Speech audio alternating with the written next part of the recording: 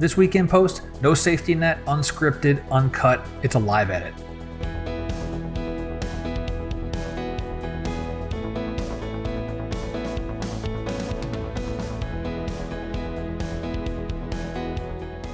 Hey everyone, I'm Scott Davenport. Welcome to In Post.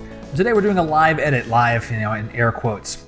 The live part means I'm going to work on an image that I haven't done any processing on before, and do start to end. You're going to see all the bumps and bruises along the way, decisions, hems, haws, bad choices, good choices, and hopefully we'll emerge with a nice looking image on the other side. But this is really, you're pulling back the curtain. There is no curtain. You're going to see my process beginning to end. And sometimes we end up with a great photo, sometimes we end up with a so-so photo, but I'm pretty sure along the way we're going to learn something. So we're going to dive in with this image I took at the, the Arch Rock Overlook. And I talked about this on In the Field earlier this week, so if you want to see some of the behind the scenes footage, check that out. Here we have it in Lightroom, and I chose this image because this kind of is quintessential for the theme of that In the Field episode. We had some natural distractions, these trees. I tried to use them to frame this particular shot. So starting off with the basics, into lens correction, and we already have our profile turned on. Sometimes Lightroom does that for me, and sometimes it doesn't. Today it did. I'm going to do a little cropping because this left-hand border feels a little bit busy, and I'm going to start by I'll see what it looks like if I completely get rid of all of the boundary there. And I don't like that. That I do not like. That feels too cramped. So let's just maybe tighten it a little bit. And I'm shaving off some of these little specks of sky and so forth.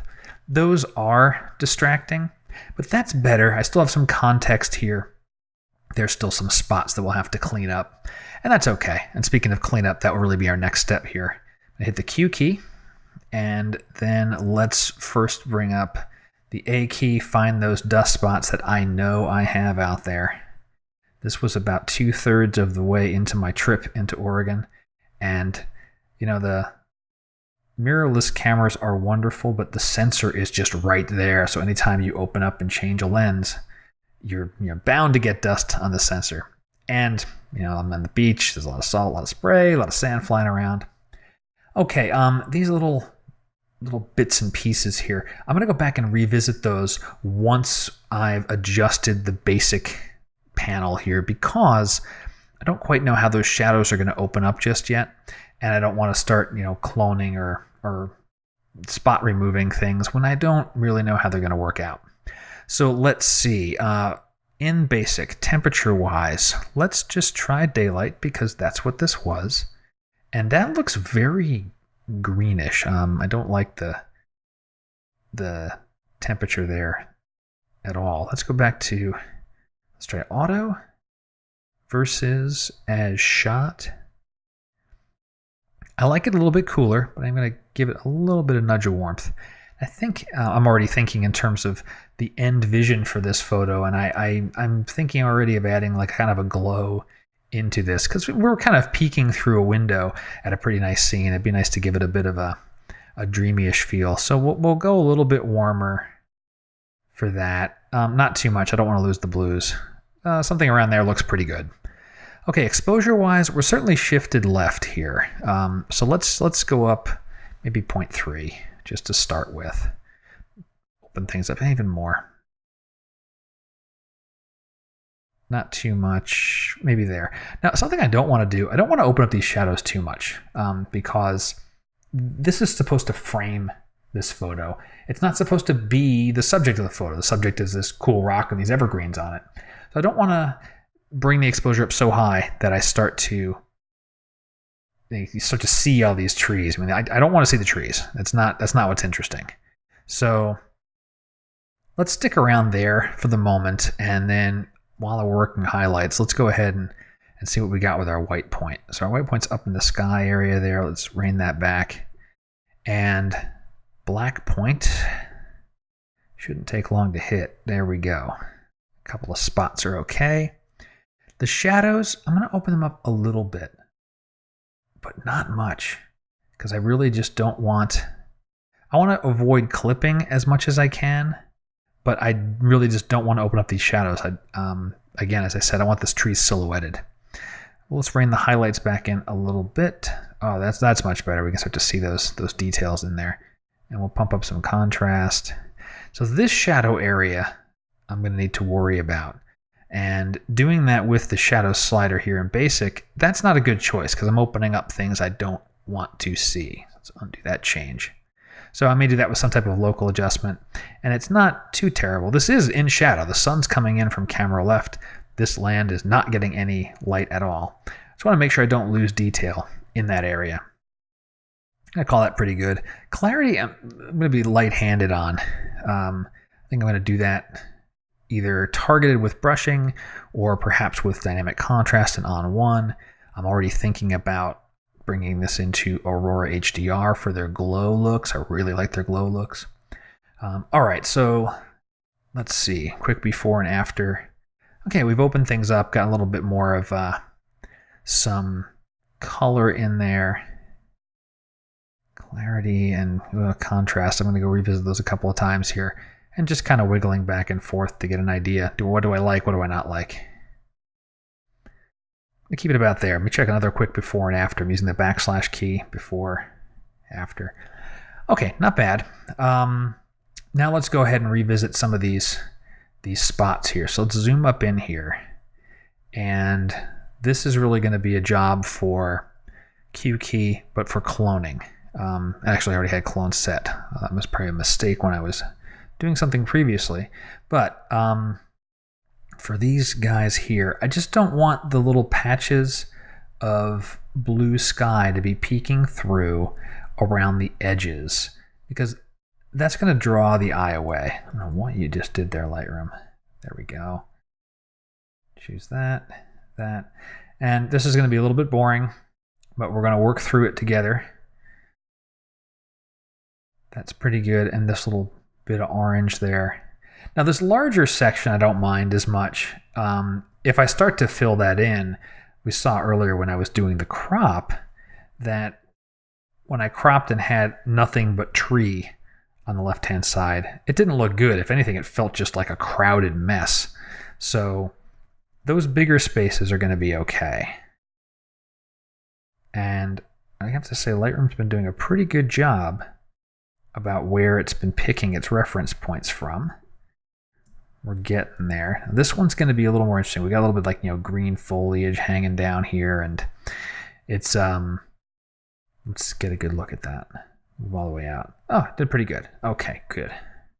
But yeah, some motion there because this is obviously a longer exposure.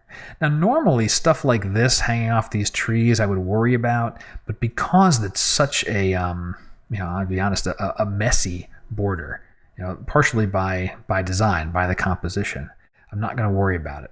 I'm just going to take care of the really small specks so those don't distract too much. A few there.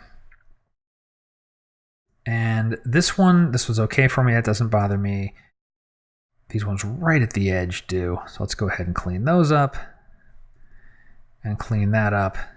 Just a bunch of single clicks. This corner might do something at the tail end. I may just fill this in with... Actually, let's go ahead and see if we can do it now. This will be a little bit of a challenge for Lightroom. Lightroom doesn't do so hot when I give it a big chunk to choose from. But I just want to darken that out. I just don't need any detail in that corner. Not bad. Let's go ahead and fill in little spaces here. Maybe that one. And if we get lucky, we can do it in just a couple of taps here. Speaking of taps, most of the time I like to have the cursor show you when I click, but as I'm using this trackpad more and more now, it doesn't register taps. It registers clicks, but not taps. But hopefully this is enough where you guys can follow along. Okay, so that's the left-hand side. Right-hand side has less to worry about, but maybe this spot right over here would be good. I'm going to turn off this thing. You can tell this is live. I'm getting text messages and all sorts of stuff. I just increased my rating by mistake. And I don't know what just happened. Wow. Okay, let's undo. And I'll bet you I lost focus on my photo. There we go. Wow. Okay, we're back. We're still working. Good. Back to the Q key. We're going to clone out this big patch right there. And I knew you were going to choose that. Lightroom. And this big patch right here. Yeah, these big bright daylight, orange. This is, highlighting those hillsides. Those will definitely distract. And I hopefully haven't lost too many of you to the sheer boredom of clicking around points on a border. That one didn't come out so good. We'll shift you up there. You chose from the same spot. We'll shift you over there. We want darkness, not lightness. All right. Moving up. I'll take that one. Now some of these other ones, less of a concern. Really on the right-hand edge, it's mostly just that edge, making sure that I don't have anything, I call this border patrol, walking through the very edge of the photo and just making sure there's nothing there to kind of latch onto our eye and drag the eye away from whatever it is you're wanting to focus on in the frame. Maybe that little piece right there. You're going to choose that. I'm going to move over here for that. And I think that's going to call it pretty good. Let's see here. Zoom back out and hit the Q key to turn that off. Pretty good. This looks pretty nice. This is a little bit messy over here. Let's go ahead and revisit that very quickly. Must have skipped right over that. Sometimes you can't quite see what's going on. There's a joke in here about forest and trees. It's just not really coming together for me. There's only so many simultaneous things I can do at once. Click and size and tap and talk all at the same time. Hopefully we're still entertained. I see one other spot down here on the bottom. Let's go ahead and take care of that with a couple of taps. And I'm going to call that good. QZ. All right. Okay, with that, I think I'm pretty happy with this. I want to take this into ON1 and use its dynamic contrast feature because I really like what it does. I'm really picturing much more pop on these mountains here, and not touching the ocean, not touching anything else, really just targeting in on those these cliffs and these trees here. Let's go ahead and do that. We are going to take that over. Tools. Let's just do a right click. Edit in. I'm going to take this over to Photo RAW. So Photo RAW, I think at the time this ships, this airs, I believe Photo RAW will be out and available for everyone. So we're going to fire this on over here and wait for it to pop up on the other side. All right, so here we are over in Photo RAW in layers. I like to have my stuff come into layers first. And as I'm looking at it again, I'm seeing a few little more things that are distracting. So I'm going to use the perfect eraser here, Q key, so similar set of keyboard shortcuts, and just give a few taps on some of these other little distracting dots. And you know what, this part I'm going to leave as is. All right, calling that good. I could spend all day paying attention to that stuff. Switching it over to a smart layer, so when I bring it into development effects, I can change different things. I'm going to go right into effects. We've already done a development work in Lightroom, and so I just need to do some effects work. So the first thing I want to do, I want to get that contrast going. So dynamic contrast, and that's what I'm talking about. Really nice. I do want to remove it from the pure shadow areas. So let's protect shadows, and I'm going to pop up here so far. I'm going to watch this area of the screen because I don't want to lose the detail or the contrast pop in those shadows. This is mainly to take the edge off of some of what's going on in the trees. All right, that's pretty cool. Let's do a quick before and after on that. That's good. I'm going to like that, and I think the next thing I want to do is get a little more color going on. So we'll add a color enhancer, and let's start with sky for the blues. That looks pretty nice. And I do also want to check foliage for the greens, and how's that working? Okay, we're going to need to balance both of these. So I'll keep sky for now, and then for the greens are usually a yellow shifting tint. So you can watch here, this is going to get kind of green. And then we pop saturation a little bit. Now I need to be a little careful because the cliffs and the hills, they have a yellow tint or tint color to them as well. And I don't want to push those too far toward green because then, well, they won't be yellow and it won't look nice. I can help out with that with the orange a little bit, because the hills are more orangey yellow. Watch as I go farther with this orange. This is way over the top, but you can see that's really what's popping out on those hills. So we'll take that to, let's see, maybe about there, 16. Saturation with yellows and oranges, you need to be a little careful about. Those tones are quite sensitive. What else do we have here that would be nice to clean up? I still feel like I want a little more crispness in this center area. So let's do another, how do I want to do this? Let's go back and look at dynamic contrast and increase the smalls a little bit, because we have a lot of small details out here. Mediums are okay. And let's take a look at that. And if you haven't seen this before, this is a very nice feature of Photo RAW where you can edit anything, anywhere, anytime. Like I'm done with color, I'll tap on it once or click on it once to collapse it. I don't have to turn off filters anymore. The redesign that the guys did there is really just nice. What else do we have here? I do think I want to bring down the sky a bit in tone. So I'm going to go to the local adjustment side. Got my adjustment there already. Grab a mask, drop it down on there, kind of rotate it around. And this is having the effect of kind of taking the haze off of that background.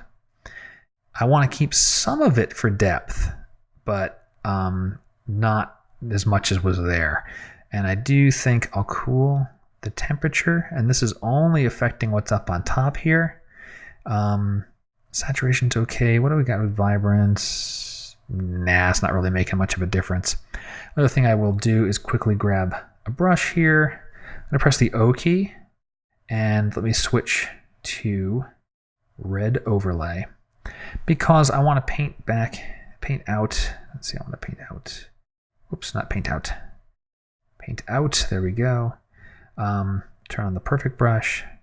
Just on this front part of these trees here, because I don't want to darken the tips of that. I only want that to really be affecting the background. So there, I'm protecting all of that, so we're good there. Okay. Let's see before and after. Okay, a little bit of darkening, but not bad. That's good. Okay. Can I still adjust my gradient, bring that down a little bit more? I think I like that a little bit better. All right. That's as much as I'm going to do here. I think the last thing I'll do, so I'll say done. We're done with that. We'll render that. It'll pop back over into layers. And I'll grab a sip of water here. Great. And then we'll save that.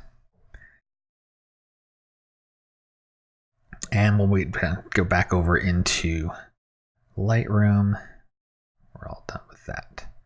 And we can quit Photo RAW. Back to our grid mode in Lightroom. Library, please. And this should be our PSD file. Cool. All right, last thing I'm going to do, I am going to play around with this glow idea, and I'm going to pop this over into Aurora HDR because I really like their glow features. So let's turn that off and take this and export with preset to, not export with preset, plugin extras, transfer to Aurora HDR 2017. So we'll do that, and I'll see you on the other side there. Okay, made it over into Aurora HDR. As I said, I want to add a glow. So I'm going to go into my presets area. I've got one favorite preset, and surprisingly, it has a big old glow on it. Now, that is over the top. Let's take that down some. And let me hit the backslash key for a quick before and after. I like it. I think I want to tone it down a little bit more. Let's see, before. There we go. Before, after, before, after. Cool. I will now go over into the sliders and maybe bring up this HDR structure a little bit. So it's taking away some of the structure. It's, it's counteracting the dynamic contrast that we added. I don't want to counteract it too much. That's good. I do want to add a little more of just general color, maybe in the blues themselves, but nah, I did my color work already. That's not too terrible. What I do want to do is protect the shadows here. So let's close that presets panel down. We don't need that anymore. So I don't need this, what do you call it? This silhouetted tree foliage stuff. I don't need all of that to be glowing. I just can let that be normal.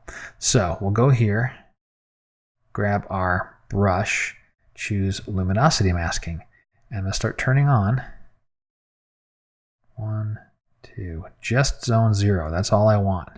And I'll probably brush it away from this area here. So let's go ahead and apply that. Okay. Before and after. And then I'll invert. So now the glow is everywhere except in the shadows. So what the mask did was, this mask can, apply it to zone 0. I said I want that. It was an easy selection for me to do. And then I inverted it. Could have clicked a few more buttons and done it the other way around. So then here again, before and after, nice little bit there. Anything else? Let's go ahead and let me add one more layer here so I can work an adjustment layer and just see about fine tuning this. The sky's a little bit washed out. It was midday. There's not much I can do about that. But I am thinking about reintroducing a little more detail into my centerpiece here, this guy here. So let's kind of preload ourselves here. We got clarity. We'll pop that up a little bit. And what I'm paying attention to is just the center of the image right now. Anything else, I'm not going to worry about because I'm going to do some masking here in just a bit. HDR structure, tiny bit. And let's see. I think I'll do a separate thing for dealing with some highlights in a minute. So there we go with that. We got our masking brush. I'm going to invert the mask so this effectively removes everything that we've just done. Lower that. Let's my feather, shift bracket to change that, and just kind of brush that in right in that area. So that's going to give me a little bit of a detail pop before, after. Not sure how much that's coming through on the video. It is there. I can punch that up a little bit more with the structure. And then I think the last thing I'll do is one more layer, adjustment layer. And where is my gradient? I'll take my gradient, drop it right around there. Say OK. And what I want to do here is take my highlights down. And it's just, again, this is just to kind of rein in that sky just a little bit. Let's see that before and after. And perhaps even shift temperature a little bit to the blues. I'm going to call it good. So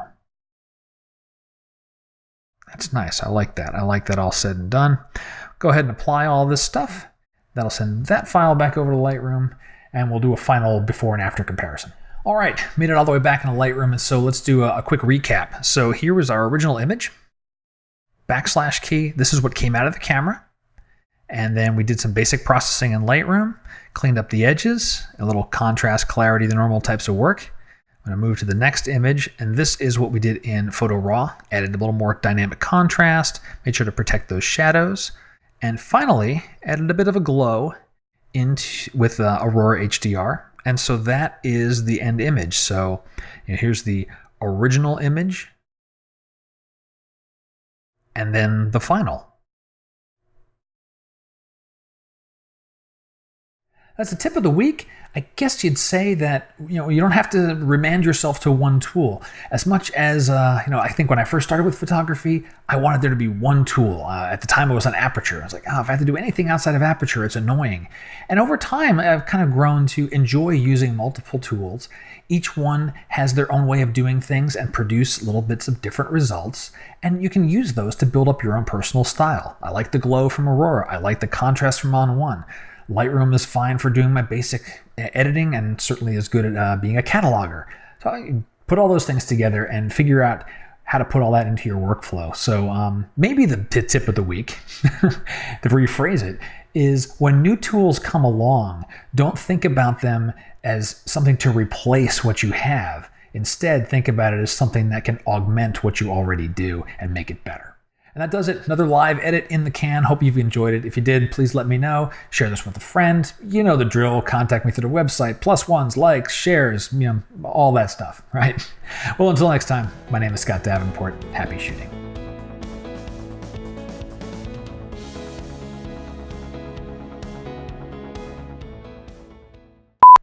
This week in post, I will be interrupted by a calendar appointment. And there's our blooper, folks. Marty, that one's for you.